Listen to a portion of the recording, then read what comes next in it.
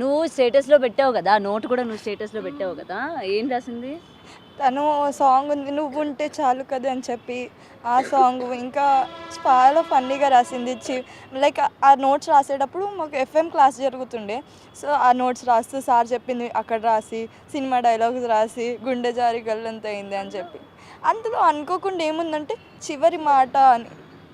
అదే అది ఆ వర్డ్ అంటే ఆ సిచ్యువేషన్ అలాంటిది, కానీ అది ఎందుకు రాసిందో ఇప్పటికీ అర్థం కావట్లేదు మాకు. చాలా ఎంత క్లోజ్గా ఉండేది, ఇప్పుడు తను లేదంటే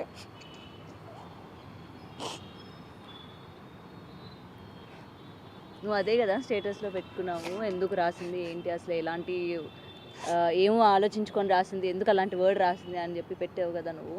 అసలు లైక్ ఇప్పుడు ఈ సిచ్యువేషన్ అయింది ఏమో అనుకోలే కదా. దాంట్లో ఆ ఇది ఎన్ని చివరి డేస్ బిఫోర్ జరిగింది తన నోట్లో రాయడం?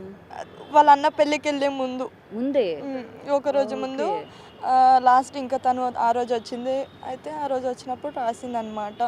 అండ్ ఆల్సో తర్వాత రోజు నేను రాలేదు, తను వచ్చిందంట, నేను రాలేదు. ఈమెకి ఏమి ఇచ్చింది అనుకోకుండా తన జీన్స్ ఇంకా బాటిల్ మర్చిపోయింది క్లాస్లో.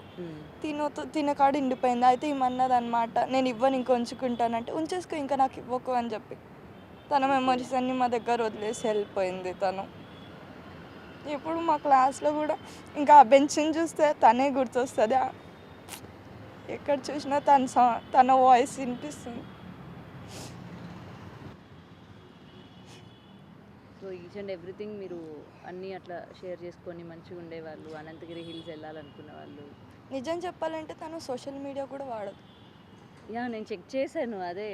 సోషల్ మీడియా కూడా వాడదు, తను ఎప్పుడో మానేసింది. లైక్ స్టడీస్కి డిస్ట్రాక్ట్ అవ్వకూడదు అని ఓకే. చెప్పి సోషల్ మీడియా అప్పుడప్పుడు మీ దాంట్లో నుంచే చేసేదా రీల్స్ అవి? మా దాంట్లో అకౌంట్లో రీల్స్ స్నాప్స్, రీల్స్ అవన్నీ. అంతే. ఓకే. అది కూడా